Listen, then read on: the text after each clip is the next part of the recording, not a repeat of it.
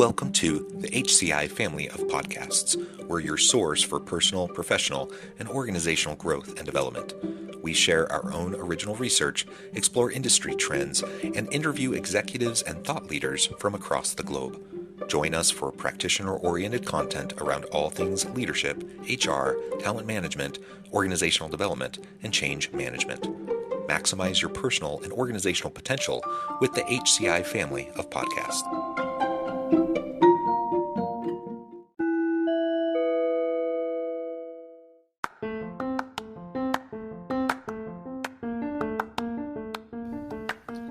Welcome to the podcast. In this podcast episode, I talk with Robb Wilson about what human capital-focused leaders are missing when it comes to AI and hyperautomation.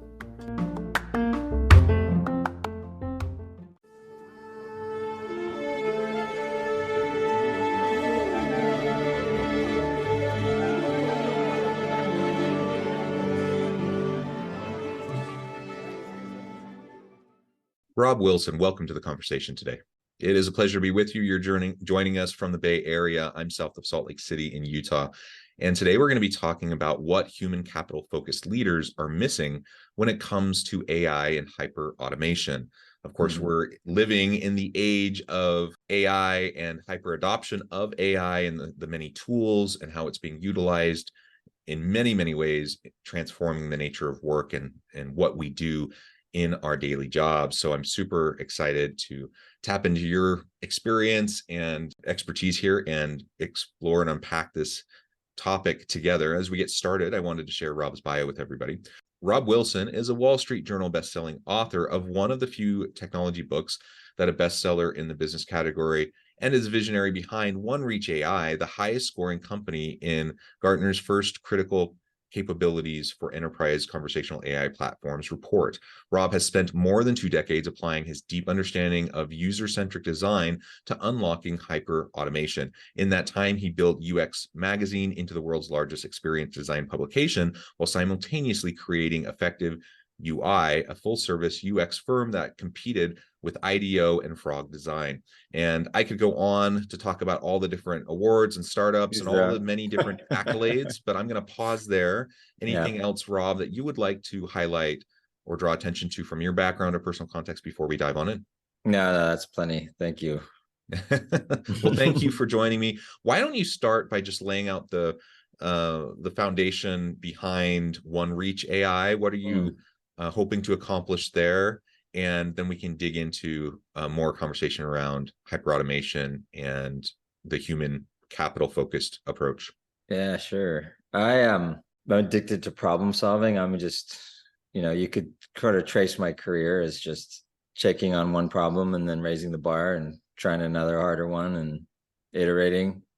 And so the problem I set out to solve was at that time really focused on I was invited to an Oxford debate, and it was about whether technology is leaving people behind. And the two sides of the debate were interesting. The two arguments, one is, the fit of the fittest. You can't stop technology. Just you either keep up or you fall behind.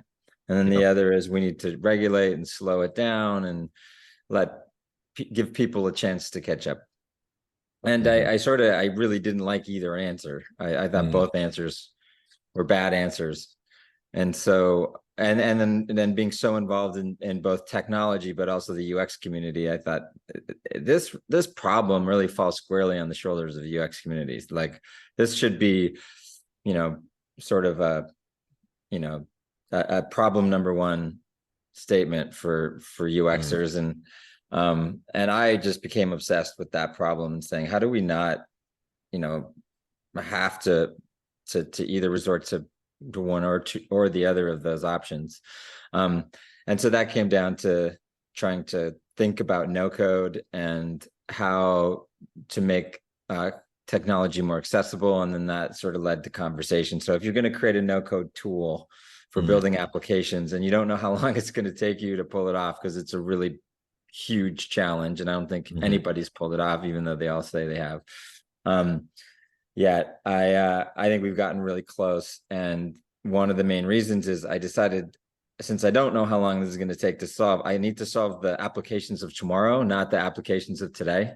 I need to allow people to be able to build what they're going to need to build, not what we are building. So I went into sort of a deep research mode and came up with all interfaces will be in one form or another conversational in the future. Therefore, I'm going to create a no-code platform for creating conversational experiences versus graphically based ones. So there's the, I guess, not so short, but for me, short version. Yeah, no, that's super helpful. And I agree. That Oxford conversation that you were having, that panel, those are the types of arguments that I hear constantly. And I think they're both really important perspectives, absolutely. But it seems like we are missing a major component when we're kind of bifurcating and thinking about them in those ways. And I just think it's more complicated and nuanced than either of those approaches really allow for. So I appreciate what you're attempting to do there at OneReach and in all the work that you've been doing. And I appreciate the UX design kind of perspective on this and approach. And, you know, I do a lot of work in the organizational leadership and people management space. And of course, AI, ChatGPT, and all the others that have really come out and been mass adopted over the last 10 plus months has freaked a lot of people out. And, you know, they're like, what's going to happen? My jobs are going to go away. You know, how am I going to be relevant? How am I going to have a career, et cetera, et cetera, et cetera. And, you know, I think that's the wrong takeaway from this new technology. And we are certainly in the wild west of mass adoption of AI and deep machine learning tools. And there's constantly like new iterations, new releases of these tools coming out, and new tools stacking on top of the AI that's out there, that's coming out almost weekly. It seems like there's a whole new slate of offerings that can be overwhelming. It can be, you know, challenging to deal with. And I understand how it can make people really nervous about their jobs. But why is that? I mean, I think you agree with me. So like how would you frame up like how we really should be looking at these tools instead of just worrying about losing our job? Yeah, we were recently given an award for best AI for HR. And I think the number one reason, or they said the number one reason, is because of our focus on enhancing the employee experience, that it wasn't focused like many of replacing or automating people out of a job. And I think that comes from, and that fear doesn't come from the fear of the machines as much as we like to think it is. It comes from the fear of bosses and people thinking bosses are heartless, and that the people you work for, if given an opportunity to like gut you and replace you with something cheaper, that they wouldn't hesitate. And I think there's a lot of AI that's really just a mirror to our humanity and things that we need to fix about ourselves, that has nothing to do with the technology and everything to do with introspection and saying, wow, do we want to live in a world where we don't trust each other, where like we're neighbors, we live together in this country, in this world, and yet my boss would basically, you know, put my family on the street if he could save a buck? Is that really where we live? Is that true? First of all, I don't think that's true for many companies. I think people do care about each other. And then the second part is, when anytime technology comes out, we use it to enhance. The fish grows big as the bowl. So it just means more things that we do. I can put it this way: in the customer service space, and I say even more so in HR and employee, if we could automate all the tasks done today, and that would mean that everybody doing those jobs today are out of work, you would assume that means that we are doing an almost perfect job at customer service and employee experience. So there's no more tasks to be done. We've automated all the ones we currently do, and there's no way to enhance it, like no room for improvement. We're so perfect at both of these things. And then we go around and we talk to people and say, how far from perfect are we? And they would say, in both examples, like, we are so far from perfect. Like, there's so much room for improvement. So all this really does is maybe give us that space to start actually caring about our employees and their lives. Yeah. Like when did you get a get well card from your company when you called in sick versus I hope you had your shift covered? Like, how do we, can we enhance this, and can we make work more enjoyable for people? Can we make interacting with companies something you look forward to? Yeah. Yeah, I think dysfunction is a great example. You like, the perfect example of dysfunction is I pay my marketing team to start conversations with customers, and I pay my customer service team to get rid of those interactions. Like, I'm literally paying one side to not talk to customers and the other side to initiate conversations with prospects and customers. Like, what if every conversation we saw as an opportunity, whether with employees or customers, to enhance the relationship like it should be, right? Mm-hmm. Mm-hmm. So yeah, I think there's just so much room to automate the way we should be doing things instead of the way we are. And if we can get into that mindset and we go, let's automate what we should be doing, there's so many things we can do. And it won't take any, like, there'll be, green fields of things for humans to do in this equation. Yeah, I absolutely agree. So, and let's also, just as a reminder to everyone, automation is not new. The mass adoption of AI automation is relatively new. But we've always been automating, and we've always been, slowly but surely at times, and rapidly at other times, displacing certain tasks and certain types of things that people have done. And that will always happen, as we come up with different tools and machinery and technology that can allow us to automate things that are repetitive, and we just don't need a human being to do. So that's what continues to happen. It will always happen. And I personally know that I appreciate how many of the technological tools of the past decade plus have freed up more and more of my time to do the stuff that I'm passionate about, that I feel really drives meaning and purpose in my work. And I'm able to do the more innately human elements of my work because I don't have to spend as much time doing some of the other necessary things that have to get done. But now there are tools that can help me do that. And that's how it's always been, right? So on the one hand, we can think about, will there be some displacement of certain tasks and certain responsibilities for different things? Sure, but that's always how it's been, and we're always going to be adapting. And I don't know of anyone who wants to go back to, typewriting pools, for example, or any, like, go back in time a little bit and think about how we used to do things decades ago. And most people are saying, no, we don't want to do that. Like, so overall, this is a good thing. But I really like how you're framing it up in terms of, there are always areas for improvement. And why don't we improve? Why do we still continue to have issues with customer service? Why do we still continue to have issues with employee experience and all the HR internal workings of an organization? It's not rocket science usually. Like, it's fairly straightforward, simple. Do these things consistently over time, and you're going to be in pretty good shape. Yet most organizations still struggle in these areas. And so magically, outsourcing these roles and tasks to AI isn't going to fix the underlying issues or problems.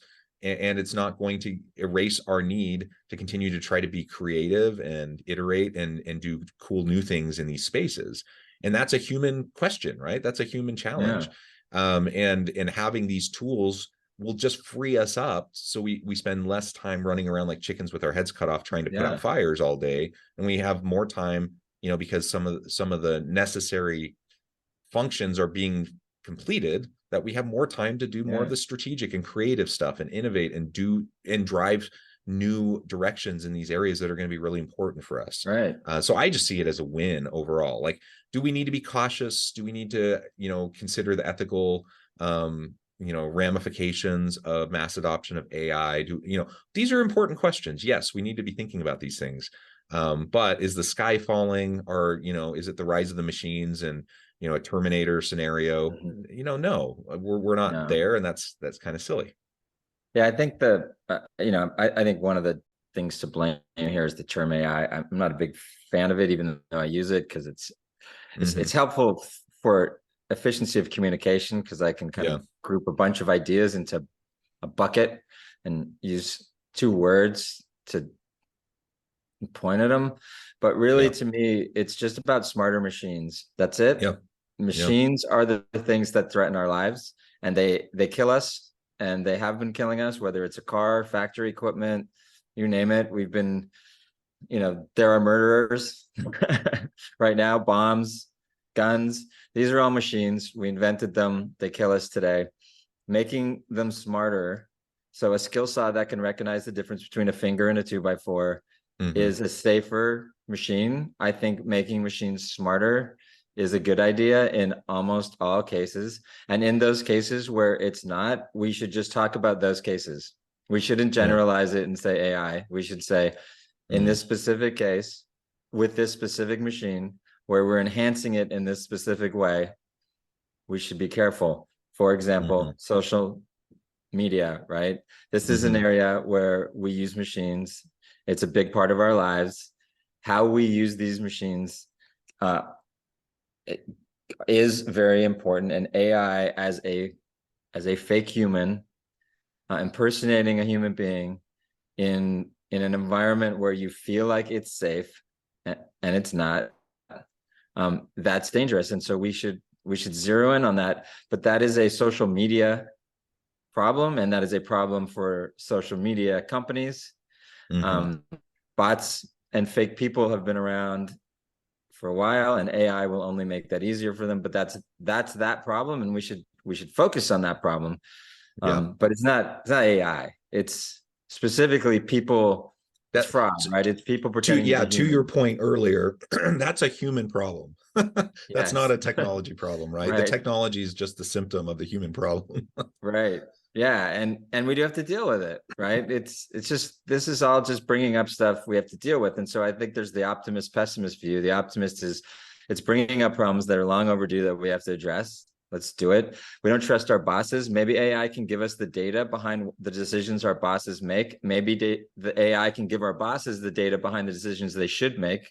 And maybe that would create trust. And wouldn't that be nice, right? So how we use it and how we make these machines smarter is a design problem. And this is where we can all get involved.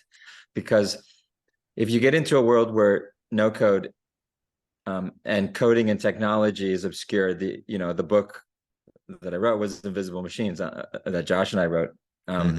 And that's the idea, is if the technology hides behind, and now we all become designers of these experiences, and we start focusing less on what the machines can do and the technology behind them, but what are the experiences that we create with them, and that we can all become designers of these experiences, that becomes a world in which we can enhance our experience as employees, our experience as customers, our experience as parents, whatever.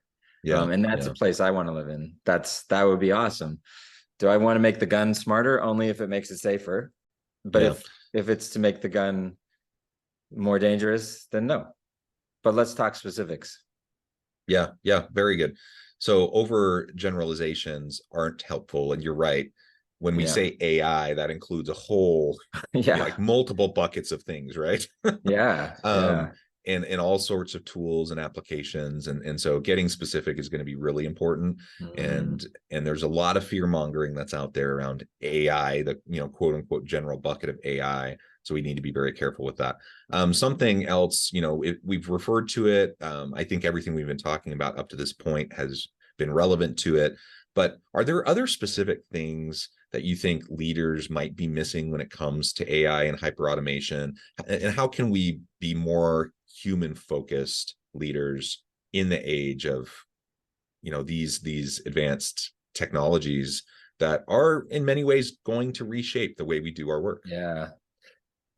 So to say like, what should people do? You have to kind of put it in relativity. So I don't know, whether people should do anything. People are moving slowly. Companies are, and from my perspective, in terms of the available technology and how slowly they're adopting it. And so that's only a problem if some portion of your industry moves faster than you. Right. And right now, everyone's just disoriented. So if everyone stays disoriented, there's no hurry. If you stay disoriented and other people start to figure it out, you're in trouble.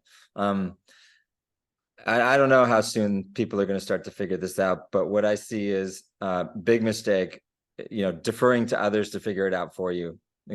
Google comes in and says, you should just buy our AI package. Like, okay, first of all, what is AI?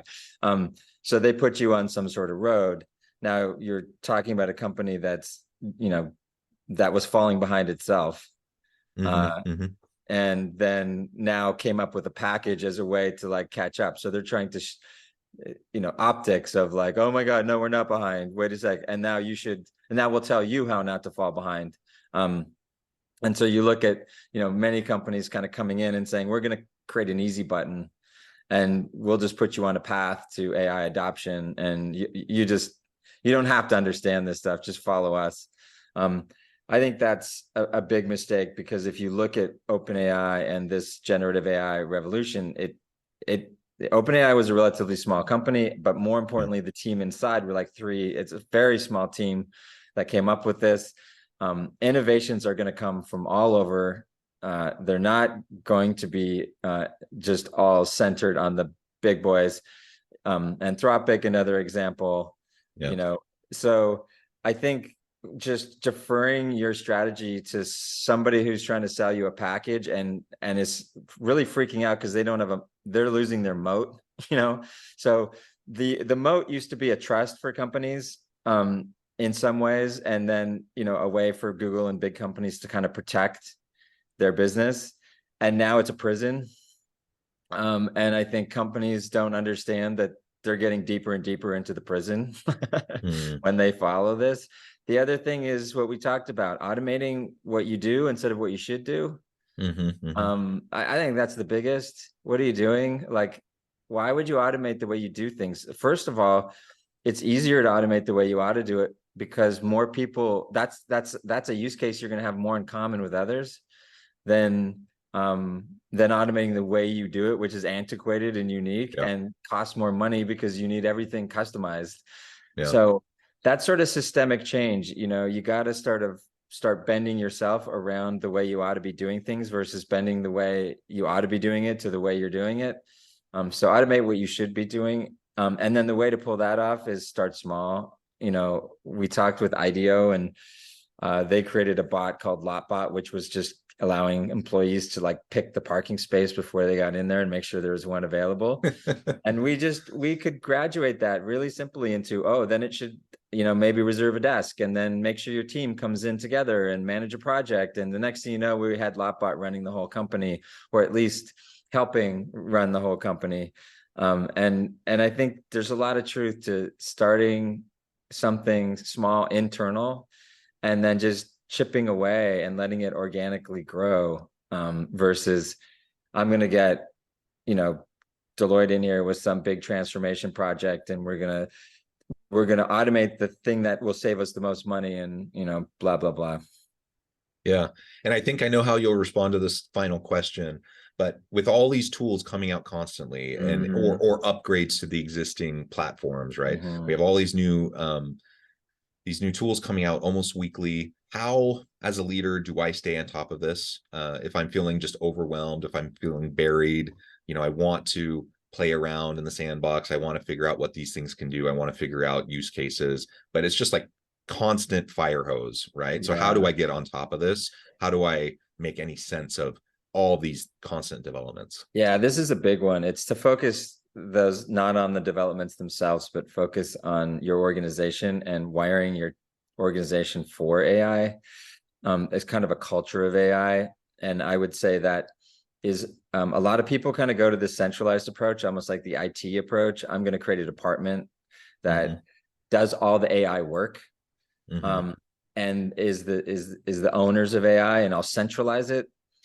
Decentralization is really the key, and so you do need to hire a team that understands it, but a team that's capable of educating the rest of your company, and that's their goal, is to enable and to co-create with the rest of the company, because you can solve, AI can probably help solve almost every big problem in every company right now, and you don't know where to start. Well, start with creating a team that can walk around and educate each department all the way from the top to the bottom on how to think about solving these problems and come up with a framework for prioritization.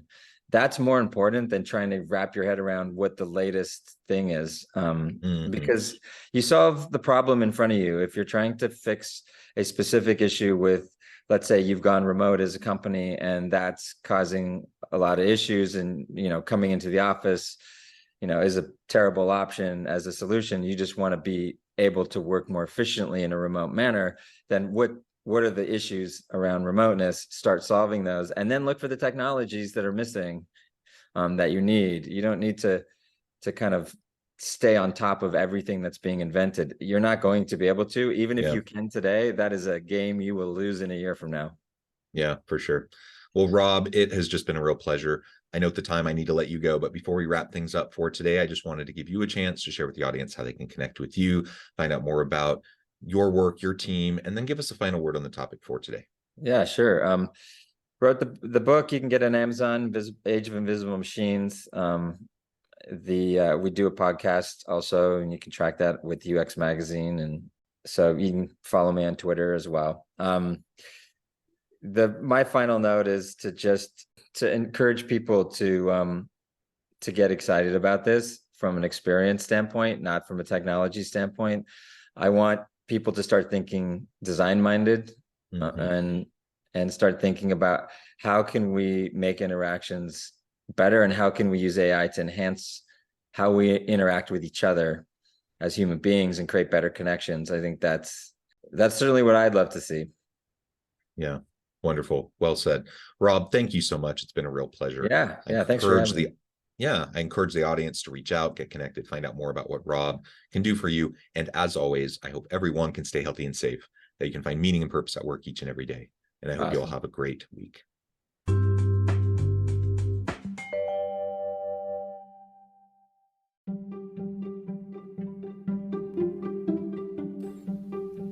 Thanks for joining us for this episode of the podcast. We hope you stay healthy and safe, and please join us again soon.